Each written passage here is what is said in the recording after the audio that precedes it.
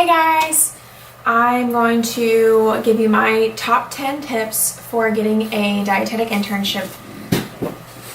Hercules will speed the video. I know that the time is coming up.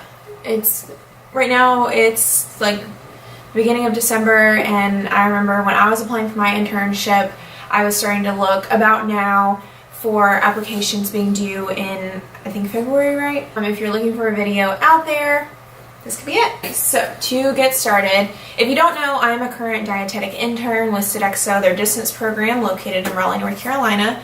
I'm not going to talk too much about that program specifically and just about my tips for getting in. Number one, I have my notes here. Number one, you want to be a good applicant. So whether you're looking at this video and you're thinking about becoming a dietitian and you want to get into the internship, or you are about to apply and you're wondering, what do I need to do to get in? You definitely want to have a strong GPA, and when I say strong, I would say around a 3.4 or 3.5. I had a pretty high GPA, but I didn't have a lot of experience, so it all kind of balances out. But yes, so strong GPA. You also want to have good experiences, and everyone always asks, like, what is the experience? It all depends on what internship you want to get into. You definitely kind of want to have a mix of clinical, some community, some maybe research if you've had research, food service. So it all kind of depends on the type of internship you want to go into. I don't think there's any like, if you do XYZ, then you can get into an internship. I've known people that don't have any clinical experience and they get in because they had a real life job doing something else, and that's what the internship wanted. So just some sort of experience with working in nutrition. You also want to be able to interview well, so I'll talk more about that, but that is a major part of it. Your personal statement, so you want your personal statement to kind of talk about who you are. I never received any feedback from my personal statement. I had my professors look over it for me, but I never heard anybody ask for it, so I won't talk about that too much. I will tell you that I did make mine more of a story though, instead of answering the questions, and my advisor says they really like that, but I never heard from any of the internship directors, so. And then finally, recommendations are super important. When I got into my internship, I asked the directors and they said they definitely got bad recommendations. So like recommendations saying that this person wouldn't be good to be a dietitian, and so just really make sure that your person that's going to recommend you likes you and knows your work ethic and can say good things. I heard once that they want recommendations from dietitians because they want to know if the dietitian thinks you can do their job. Do they think you have the qualities to be a dietitian one day? Are you compassionate? Do you work hard? Do you want to learn? Things like that. My second tip is to make a huge list of all the internships you want to go into, write them all down. I remember a lot of us in my class when I was applying, we had lists of 50 internships we want to get into. Just if they looked interesting right off the bat. And that way I went through and fine-tuned each one and narrowed them down according to these considerations, which is my third tip, which is definitely research what you want to get into. Some major points about things that you want to look for and consider when you're thinking about programs is the location. So do you have to stay where you are? Do you have kids? Are you married? Are you planning on living with your parents, so you're going to have to move to where they are? Do you want to stay where you live now? So look and see if the program offers distance options or where you are. One thing is some of internships, they have you all at one place. So you're going to do your food service and your clinical rotation all at one hospital, and then maybe do community somewhere else, but it's generally in one place. Or do you want to kind of move around and do a part of it here and a part of it there and a part of it in a nursing home and a part of it in outpatient and a part of it in a corporate setting? So some people like knowing where they're going every day and just going there and that's it for a whole year, or some people really like having a variety. So look at those sites. What concentration do they offer? So some programs are pretty general and other ones have specific concentration, like sports nutrition or corporate wellness or research. So if you know that you want to do a specific part, research and see if you can do that part. A lot of internships offer kind of an elective rotation, or your community rotation can be altered. So if you really want to do a internship in a certain location that doesn't offer super cool concentration that you want, maybe ask and see if they can still tailor their program to meet your needs that way. Price. There's so many different types of internships. Some pay you, some they don't pay you, but it's like free. Some are very expensive. Some you can pay for with student loans, some you can't. So definitely consider that. Is it part-time? Is it full-time? So do you need to do part-time? Do you need to work through your internship? Do you just need to have time off? Are you a parent? Does it just work better for you to do it part-time? Or can you do it full-time and just get it all done?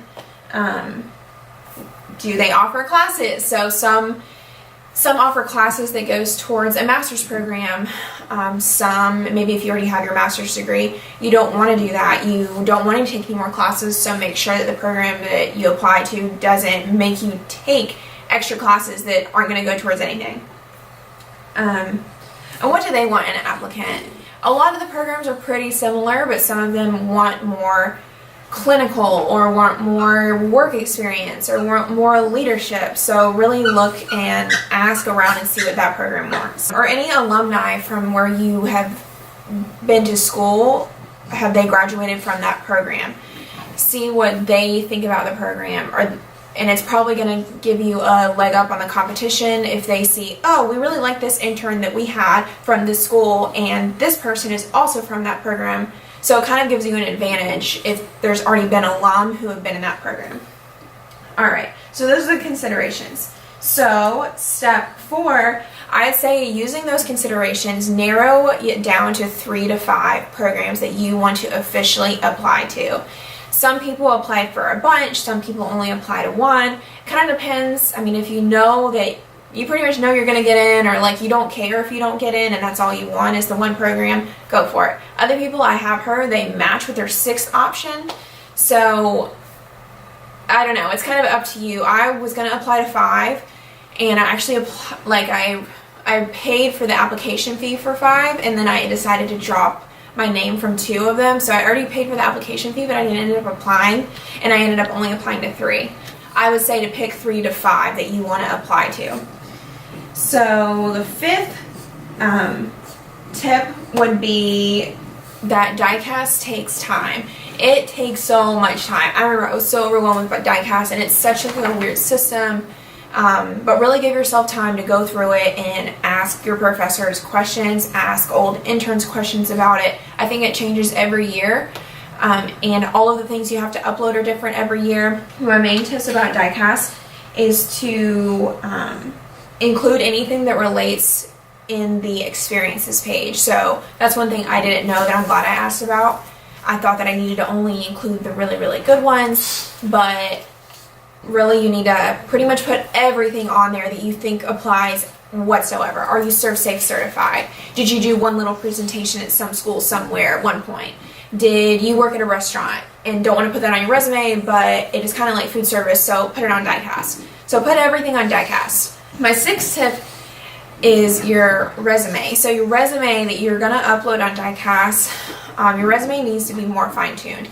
It needs to have kind of your like top 3 experiences that you had and then talking about them. So this is like a resume, what you would give to like an employer, what are the 3 best things that relate to what you're going to be doing, and what did you do within those experiences that help you prepare for this. 7, so when you're about to rank the ones that you want to be in, I put on my sheet, it doesn't matter. So you'll rank what you want to be in, but it doesn't really matter the first time. You'll be able to re-rank in like a month or so after you do your interviews. So yeah, rank, but know that it doesn't really matter yet. So my 8th step or tip is about interviewing. So once you rank them and submit DICAS, you'll start getting callbacks about interviewing. And for interviewing, the main thing to know is that they know all of the experiences that you've had. They don't care about that. They want to know your personality through how you talk. So they want to know that you are confident in your speaking skills. They want to know that you can string together a sentence when you're in front of a patient. Are you going to like freak out and your voice is going to clam up and you're not going to be able to talk to them?